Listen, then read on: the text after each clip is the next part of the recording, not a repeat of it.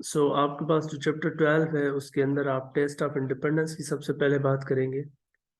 और test of independence के अंदर आपके पास सबसे पहले जो हम करेंगे क्या, बेसिकली हमारे पास दो कैटेगोरिकल वेरिएबल्स होंगे और उन दोनों कैटेगोरिकल वेरिएबल्स को हम आपस में कंपेयर करेंगे और चेक करेंगे कि क्या ये एक दूसरे के ऊपर डिपेंड करते हैं या नहीं।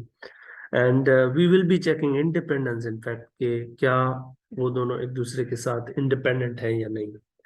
तो मैंने कहा सबसे पहले हम ये देखना चाह रहे हैं कि कैटेगोरिकल वेरिएबल्स होते कौन से हैं। तो कैटेगोरिकल वेरिएबल्स के अंदर प्रोडक्ट टाइप्स आ जाती हैं। जैसे प्रोडक्ट के अंदर आप चले जाएं तो अभी हमने तीन प्रोडक्ट को डिस्कस किया, जैसे का ऑटोमोबाइल के अंदर Chevrolet Impala, Ford fusion and Honda accord. और उसके बाद आपके पास फॉर एग्जांपल बेयर है। आपके पास बेयर के अंदर एक लाइट बेयर होती है, दूसरी रेगुलर बेयर होती है और तीसरी डार्क बेयर होती है। या जेंडर है तो जेंडर के अंदर आपके पास मेल और फीमेल आ जाते हैं। और एज ग्रुप भी आप डिफाइन कर सकते हैं। एज ग्रुप पर्टिकुलर एक 30 से बिलो, 30 से अबो, या उसके अलावा एक एक आप कहें 30 से बिलो वाले, एक 30 एंड 50 के बीच वाले, और दूसरे जो है 50 से अबो वाले। तो you can have three kind of categories for this one age group, one particular variable.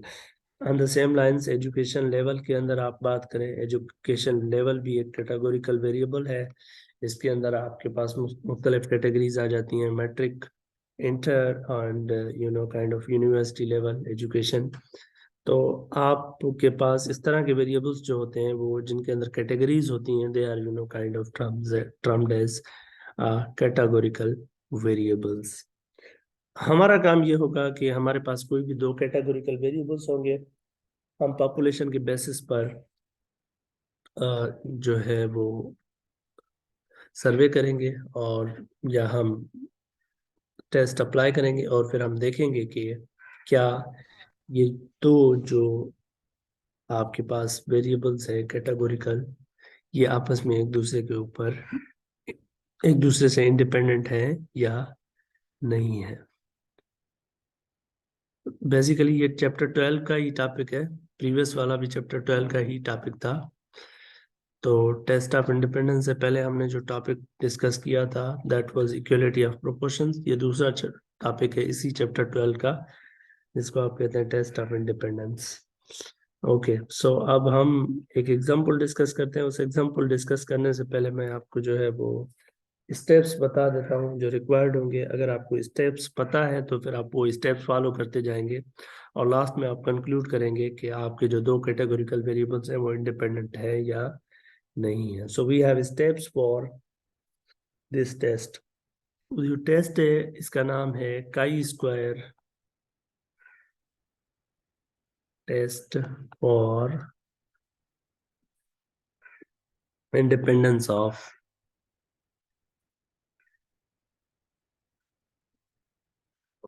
To categorical variables।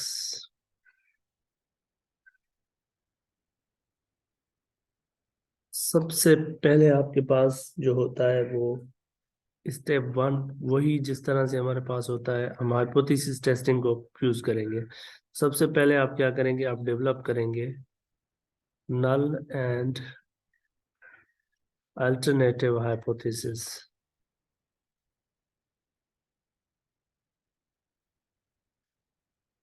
नल और अल्टरनेटिव हाइपोथेसिस को डेवलप करेंगे। उसकी फॉर्म ये होगी, आप अज्यूम करेंगे जो नल हाइपोथेसिस है उसके अंदर आप ये अज्यूम करेंगे कि जो आपके दो कैटेगोरिकल वेरिएबल्स है वो इंडिपेंडेंट है।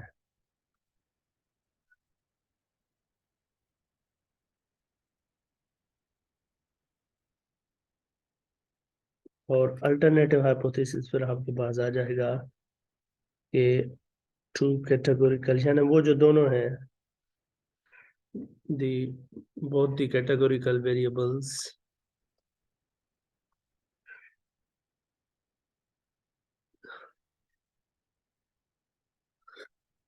Are not independent.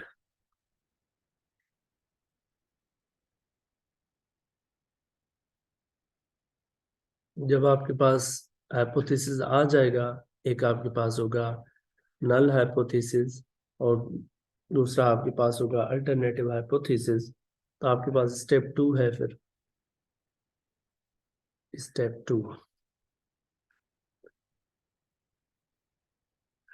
टू के अंदर आप क्या करेंगे, सेलेक्ट करेंगे random sample and you will collect data for both variables for every element, and you will record basically observed frequencies for R rows and C columns. So simple C अगर बात करूं तो आप सबसे पहले क्या करेंगे, सेलेक्ट करेंगे random sample, select random sample,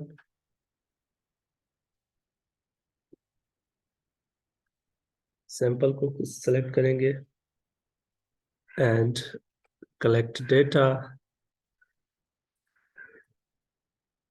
collect करेंगे डेटा को for every element for both variables, दोनों वेरिएबल्स के लिए डेटा कलेक्ट करेंगे and then you will record frequencies, observed frequencies.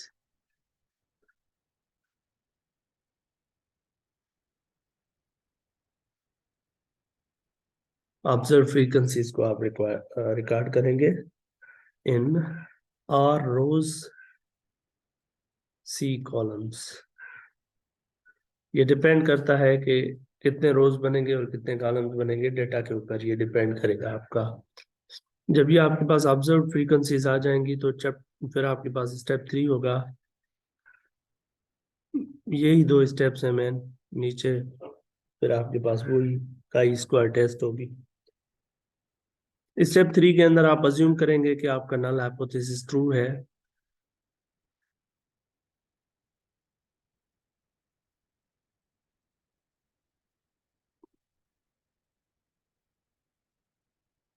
And compute expected frequencies. यानी आप सपोज करेंगे कि आपका नल हाइपोथेसिस ट्रू है, जैसे हमने इक्वलिटी ऑफ प्रोपोर्शन के अंदर किया था। आप नल हाइपोथेसिस को ट्रू करेंगे और फिर उसके बेसिस के ऊपर आप जो है एक्सपेक्टेड फ्रीक्वेंसीज कंप्यूट करेंगे। जब आपके पास ऑब्जर्व फ्रीक्वेंसीज भी आ जाएंगी और एक्सपेक्टेड फ्रीक्वेंसीज भी आ जाएंगी, तो उसके बाद आपका जो नेक्स्ट स्टेप होगा वो होगा आपका स्टेप 4, जहां पर आप कंप्यूट करेंगे टेस्ट स्टैटिस्टिक्स। इसके लिए ये असम्पशन है कि आपकी जो एक्सपेक्टेड फ्रीक्वेंसीज है वो 5 से ज्यादा होनी चाहिए, या कम से कम 5 होनी चाहिए हर एक जो आपकी फ्रीक्वेंसी है एक्सपेक्टेड। और फिर आप ये काई टेस्ट स्टैटिस्टिक की वैल्यू फाइंड करेंगे, जो होगी आपकी summation over i summation over j f i j minus e i j whole squared divide by e i j. जैसे मैंने कल कहा था कि इसको देखकर कंफ्यूज होने की कोई ज़रूरत नहीं है, हम यूज़ करेंगे टेबल को, टेबल से हमारे पास सारा डेटा आराम से सेट हो जाएगा, यानी ये काई स्क्वायर आराम से टेबल से हमारे पास फाइंड हो जाएगा। स्टेप 5 के अंदर आपके पास होता है रिजेक्शन रूल, और रिजेक्शन रूल जो होगा उसमें आपके पास एक दो अप्रोच होंगी, एक पी वैल्यू अप्रोच होगी और दूसरी आपके पास क्रिटिकल वैल्यू अप्रोच होगी।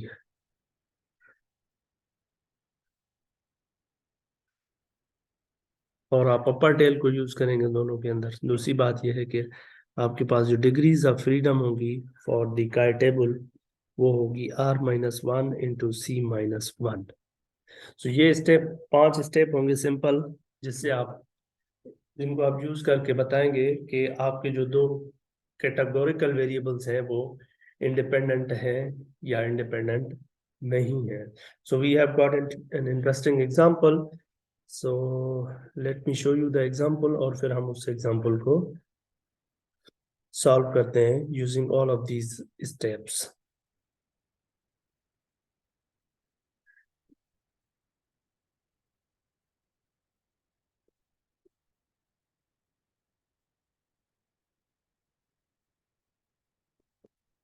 Okay, so this is an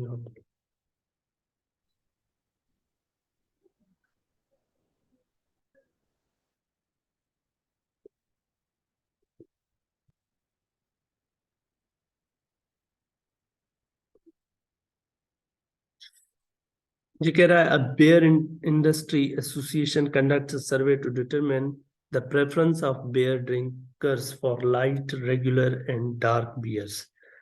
सो आपके पास एक कैटेगोरिकल वेरिएबल आ गया बेयर, और इसकी तीन कैटेगरीज आ गई, एक लाइट कैटेगरी है, दूसरी रेगुलर है, और तीसरी आपके पास डार्क कैटेगरी है। तीन कैटेगरीज के अंदर आपको मिल रही है बेयर। फिर कहता है sample of 200 beer drinkers is taken with each person in the sample asked to indicate a preference for one of the three types of beers. 200 बंदों से सर्वे किया जाता है और हर एक से पूछा जाता है कि कौन सा बंदा जो है वो कौन सी पर्टिकुलर बेयर को प्रेफर करता है। तो 200 बंदों से राय ली जा रही है। और फिर कहता है at the end of the survey questionnaire the respondent is asked to provide information on the variety of demographics including gender male और फीमेल। एक क्वेश्चन ये है, a research question of the interest is to the association is whether preference for the three types of beer is independent of the gender of the beer drinker। यानी एक सवाल ये है कि क्या ये जो प्रेफरेंस है, यानी लाइट रेगुलर या डार्क तीन बेयर की कैटेगरीज के लिए जो प्रेफरेंस आ रही है रिस्पोंडेंट्स की तरफ से, यानी जो बंदों का सर्वे लिया गया है उनकी तरफ से, क्या ये प्रेफरेंस जेंडर के ऊपर डिपेंड कर रही है या नहीं। जेंडर यानी मेल और फीमेल पर डिपेंडेंट है या नहीं है, ये हमने चेक करना है कि क्या इनकी प्रेफरेंस को मेल और फीमेल अफेक्ट करते हैं या नहीं। Why these type of questions are important? Because इन चीजों को आप जहन में रखते हुए फिर आप ये देख सकते हैं कि कहाँ पर, अच्छा आप ये देखेंगे कि मेल और फीमेल किसकी कौन से पर्टिकुलर कैटेगरी के लिए प्रेफरेंस ज्यादा है, यानी मेल या फीमेल की कौन से पर्टिकुलर कैटेगरी के लिए, यानी लाइट रेगुलर या डार्क के लिए ज्यादा है डिमांड या प्रेफरेंस। तो उस हिसाब से आप अपने प्रोडक्ट को एडजस्ट कर सकते हैं in the society. If the two categorical variables beer performance preference and gender are independent, अगर दोनों इंडिपेंडेंट हैं तो beer performance does not depend on gender and the preference for light dark and regular can be expected to the same for male and female beer drinkers. अगर depend नहीं करती तो सारों के लिए, मतलब जो तीन कैटेगरीज हैं उनकी प्रेफरेंस सारों के लिए एक ही जैसी होनी चाहिए। However if test conclusion is that two categorical variables are not independent, अगर इंडिपेंडेंट नहीं है, we have evidence that beer performance is associated or dependent upon the gender of beer drinkers. As a result, we can expect beer preference to differ for male and female beer drinkers. अच्छा, तो हम ये बस इसके अंदर अब test लगाएंगे steps के साथ और देखेंगे कि क्या हमारी जो बेयर प्रेफरेंस है वो इंडिपेंडेंट ऑफ जेंडर है या नहीं है। तो जैसे हमने कहा था कि आपका जो नल हाइपोथेसिस होगा उसके अंदर आप हमेशा अज्यूम करेंगे कि आपकी जो बेयर प्रेफरेंस है वो इंडिपेंडेंट है, यानी आप ये कहेंगे कि जो दो टू कैटेगोरिकल वेरिएबल्स हैं वो दोनों आपस में इंडिपेंडेंट है। इसका मतलब कि बेयर प्रेफरेंस जो है वो आपकी इंडिपेंडेंट है जेंडर से। तो अल्टरनेटिव हाइपोथेसिस फिर आपका उसी के लाइंस के ऊपर आ जाएगा कि their preference is not independent of the gender. तो ये आपके पास नल और अल्टरनेटिव हमेशा इस तरीके से बनेंगे, कोई दूसरा तरीका नहीं होगा। तो जब आपके पास स्टेप 1 हो जाएगा तो स्टेप 2 के अंदर फिर आप जो है, स्टेप 2 आपके पास था कि आप डेटा कलेक्ट करेंगे और sample random sample collect sample random random sample collect करेंगे और उसके अंदर आप एक सैंपल रैंडम लेंगे, उसमें से आप डेटा कलेक्ट करेंगे और फिर डेटा को एक टेबल के अंदर रखकर और फिर आप जो है फ्रीक्वेंसीज को रिकॉर्ड करेंगे। तो अब जो डेटा है वो कुछ इस तरह है कि आपके पास जेंडर है, यहाँ पर एक मेल है और दूसरा फीमेल है आपके पास, और यहाँ पर इस साइड पे हम रख देते हैं जो है बेयर को। तो बेयर के अंदर एक आपके पास लाइट है, दूसरी आपके पास रेगुलर है और तीसरी आपके पास डार्क है। तो अब यहाँ से हम जो है एक टेबल की फॉर्म में ये डेटा रख सकते हैं। यहाँ पर आपके पास टोटल रिजल्ट्स होंगे जो, तो डेटा भी आपको ये प्रोवाइडेड होगा। जब आप सैंपल लेंगे तो वहां से आपके पास ये डेटा भी आ जाएगा। तो मेल जो है 51 ऐसे मेल हैं जो कि लाइट को प्रेफर करते हैं, और 25 ऐसे मेल हैं जो रेगुलर को प्रेफर करते हैं, और नहीं 56 ऐसे हैं जो रेगुलर को प्रेफर करते हैं, और 25 ऐसे हैं जो डार्क को प्रेफर करते हैं। तो ये टोटल जो मेल्स की तादाद है ये आपकी बन जाती है 132, यानी सैंपल के अंदर 132 मेल इंक्लूडेड है।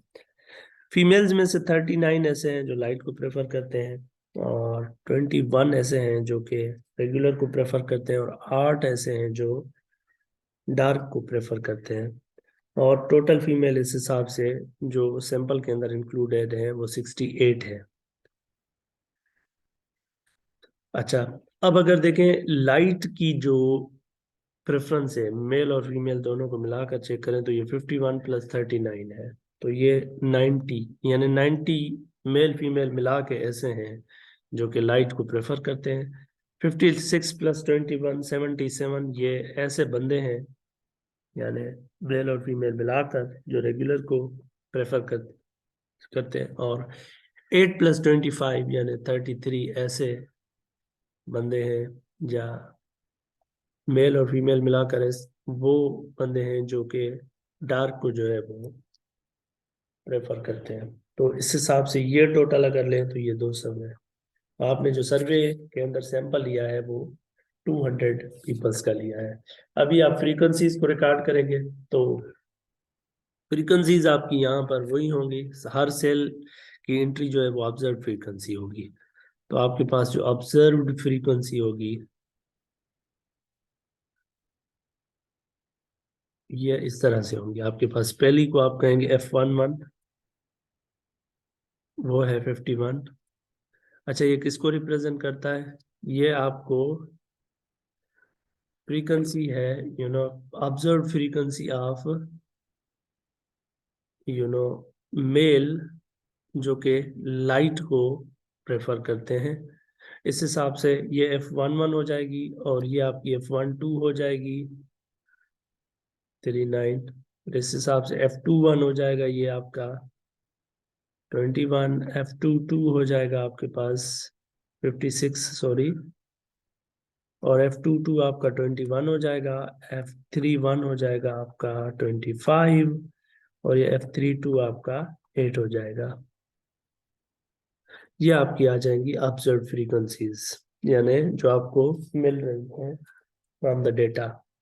इसके बाद आपके पास स्टेप 3 है, जिसके अंदर आप एक्सपेक्टेड फ्रीक्वेंसीज को मेजर करेंगे, और आप ये अज्यूम करेंगे कि H0 आपका होल्ड करता है। अज्यूम H0 होल्ड्स, यानी आपका नल हाइपोथेसिस ट्रू है। तो कल हमने इसको बहुत ज्यादा लेंथी कर लिया था, तो अभी मैं इतना वो नहीं कर रहा। अब मैं जो आपकी जो फ्रीक्वेंसीज हैं उसको मैं डायरेक्टली आपको कंप्यूट करके दिखाता हूँ। यानी ये फार्मूला है आपका EIJ equal to row 1 total into column 1 total, यानी row I total column J total divide by E total sample size. तो अब आपके पास 6 सेल हैं, यानी 6 आपके पास ऊपर जो है वो ऑब्जर्व फ्रीक्वेंसीज हैं, तो 6 आपकी फिर एक्सपेक्टेड फ्रीक्वेंसीज भी हो जाएंगी। तो E11 करें तो ये कहेगा आपको रो 1 टोटल, और इसको मल्टीप्लाई करें कॉलम 1 टोटल से, और इसको डिवाइड करें टोटल सैंपल साइज से जो कि है 200। तो रो 1 का जो टोटल है ऊपर आप चेक करें तो वो आपका 90 आ रहा है। ये रो 1 का टोटल 90 आ रहा है, और कॉलम 1 का टोटल 132 आ रहा है। 90 into 132, 90 into 132 divide by 200।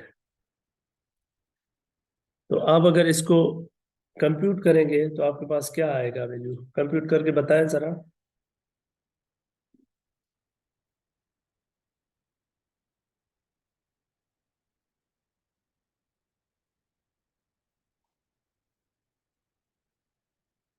59.4।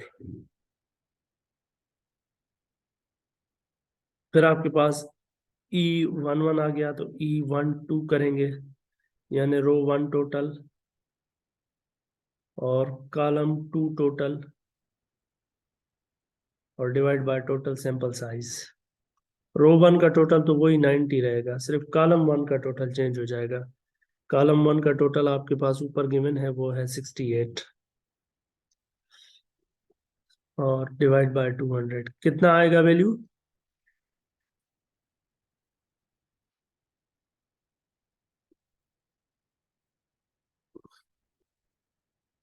30.6।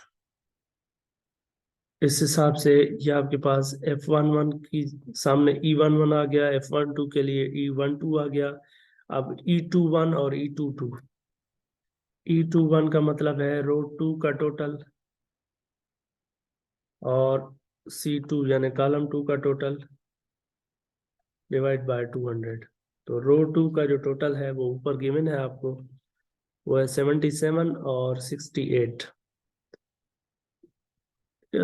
To one, पहले 2 1 कर लेते हैं ना। 2 1 रो 2 column 1।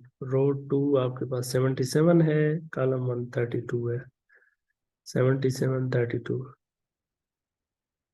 77 32 divide by 200, it is equal to 50.82। फिर उसके बाद E22 आपके पास आ जाएगा, जो कि है रो 2 total, column 2 total divide by total sample size. तो रो 2 का जो टोटल है वो कितना है आपके पास? 77 और कॉलम 2 का है 68। 77 and 68 divide by 200, what we get? It's 26.18। तो E31 यानी रो 3 total, column 3 total divide by 200। तो ये रो 3 का टोटल और कॉलम 1 का टोटल होना चाहिए था।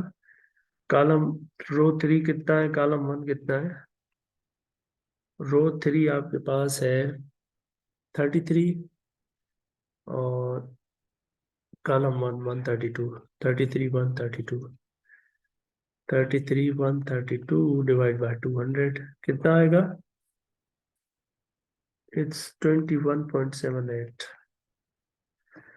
Then E32 which is row 3 total multiply by column 2 total divide by 200।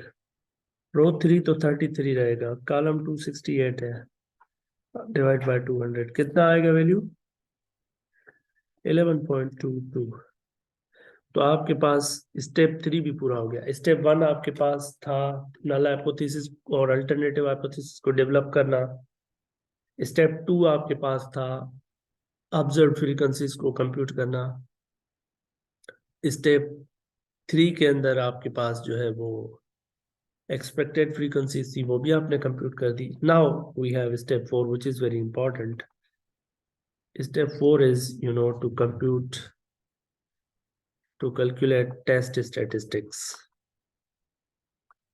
Test statistics,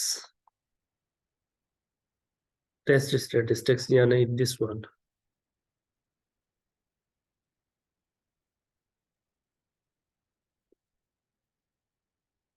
But as I have already mentioned that we will not compute this way, we will be computing it through table। So अभी मैं आपको वो book के अंदर example में calculated है, वहां से आपको शो करता हूँ कि ये जस्ट टेबल बनाना है और आपने वहां से कैलकुलेट कर लेना है इसको।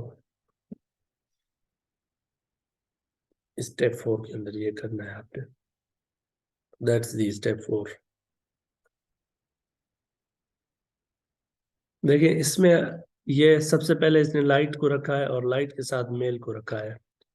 लाइट और मेल, इसकी ऑब्जर्व फ्रीक्वेंसी, लाइट और मेल कहाँ पर आते हैं, इनको ऊपर देखना है आपने, यानी F11।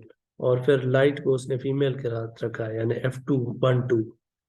यानी इसने पहले रखा है F11, फिर ये F11 है, फिर ये F12 है, फिर रेगुलर मेल ये आपका F21 होगा, फिर रेगुलर फीमेल ये F22 होगा, फिर आपका डार्क मेल F13 होगा, 31 होगा, फिर ये डार्क फीमेल F32 होगा।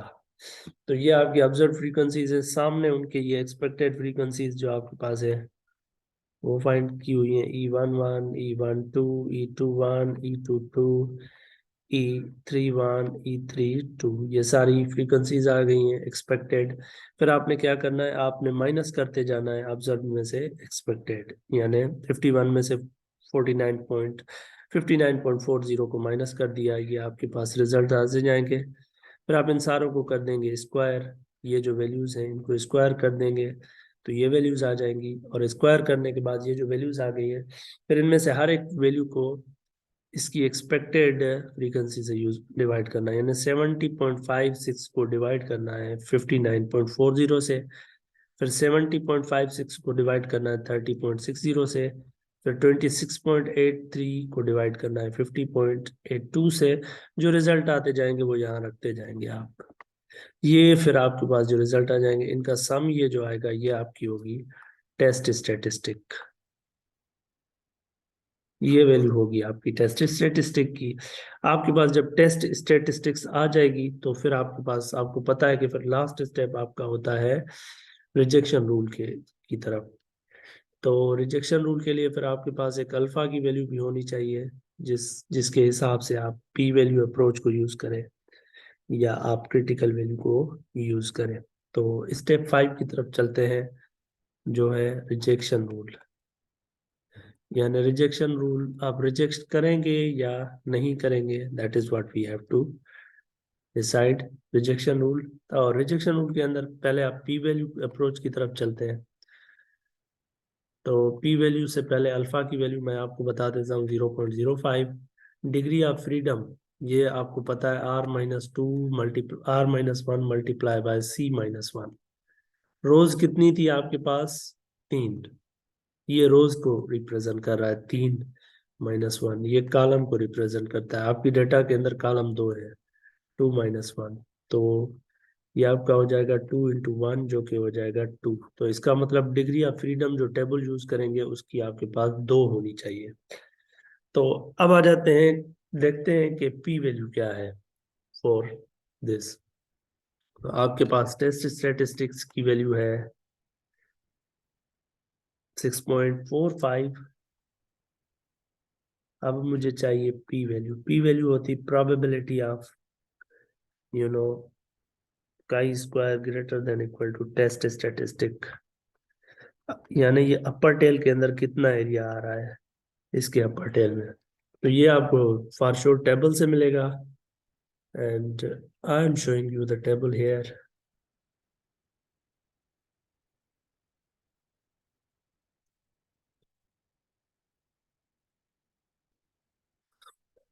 This is the portion from table. ये कह रहा है area in the upper tail. अब आपके पास जो 6.45 वैल्यू है वो इन दोनों के दरमियान आ रही है, तो इसका मतलब है कि पी वैल्यू भी इनके दरमियान आएगी, यानी पी वैल्यू आपकी ज्यादा होगी 0.025 से और कम होगी 0.05 से।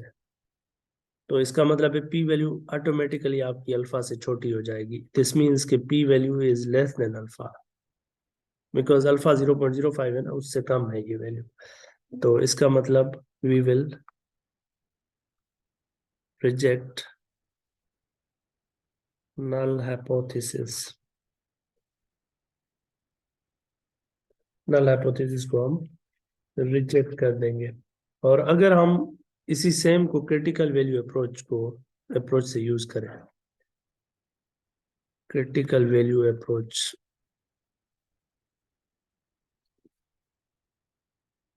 तो क्रिटिकल वैल्यू अप्रोच आपसे ये डिमांड करती है कि आप जो है वो एक वैल्यू बताएं काय स्क्वायर की जिसके अपर टेल में एरिया अल्फा के बराबर हो, यानी एक ऐसी वैल्यू बताएं काय अल्फा स्क्वायर की जिसके अपर टेल में एरिया जो है वो 0.05 के बराबर है। तो डिग्री ऑफ फ्रीडम आपके पास है 2।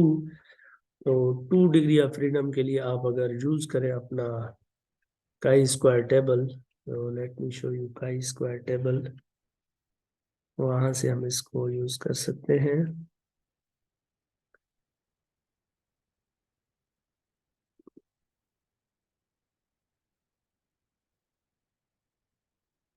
हाँ ठीक है, 2 डिग्री ऑफ फ्रीडम के लिए ये आपके पास है काई स्क्वायर का टेबल।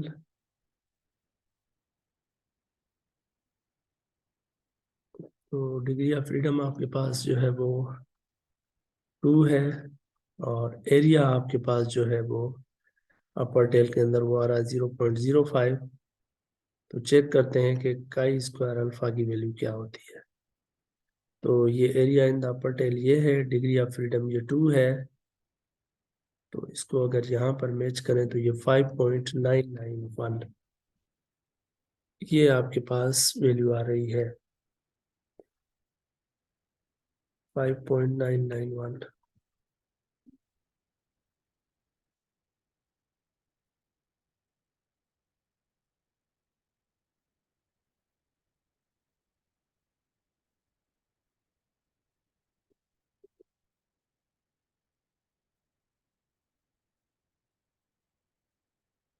तो फिर आपके पास जो है वो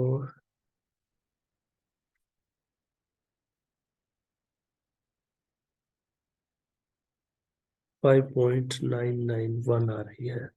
और रिजेक्शन रूल क्या होता है आपको पता है इसके लिए, कि आपका जो है वो chi square greater than equal to chi square alpha होना चाहिए। तो हमारा जो टेस्ट स्टेटिस्टिक्स है वो आ रहा है 6.45।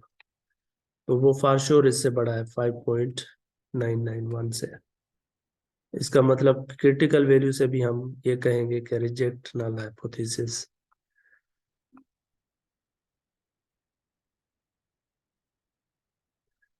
तो ये आपके पास ये जो स्टेप्स थे ना काई स्क्वायर, जो अभी हमने जो अभी यूज किए हैं, इनको मैं फिर से आपको दिखा देता हूँ यहाँ से बुक से उठाकर, कि कौन कौन से जो है स्टेप्स थे जो कि हमने ऊपर यूज किए हैं।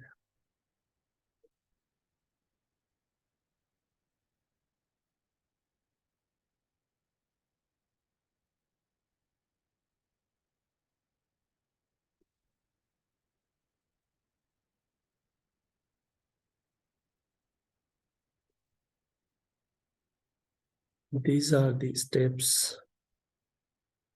जो कि हमने यूज किए हैं, और हमने कंक्लूड किया है कि we will reject null hypothesis. Reject null hypothesis का मतलब है रिजेक्टिंग नल हाइपोथेसिस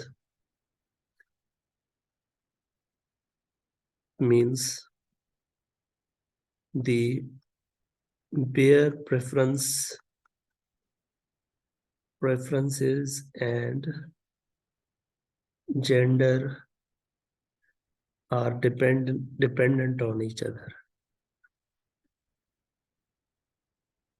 यानी आप ऐसे कहें कि सिंपल वर्ड्स में ऐसे कहें कि beer preference depends on gender, depends on gender. तो अगर जेंडर के ऊपर डिपेंड करती है तो फिर उसकी क्या डायनामिक्स है, किस तरीके से जो है वो डिपेंड करती है। तो I have you know two more things to comment. एक तो ये चीज आपके पास है, आप देख सकते हैं कि बेयर प्रेफरेंसेस किस तरह से है आपके पास सैंपल के अंदर। आपके पास 132 में से जो, यानी लाइट को जो टोटल लाइट के लिए जो हमारे पास टोटल है, वो टोटल मेल हमारे पास है 132। उसमें से 51 जो है वो लाइट के लिए प्रेफरेंस शो कर रहे हैं, यानी 38.64 जो है वो लाइट लाइट के लिए प्रेफरेंस शो कर रहे हैं। लेकिन फीमेल में से 57 लाइट को प्रेफर करते हैं।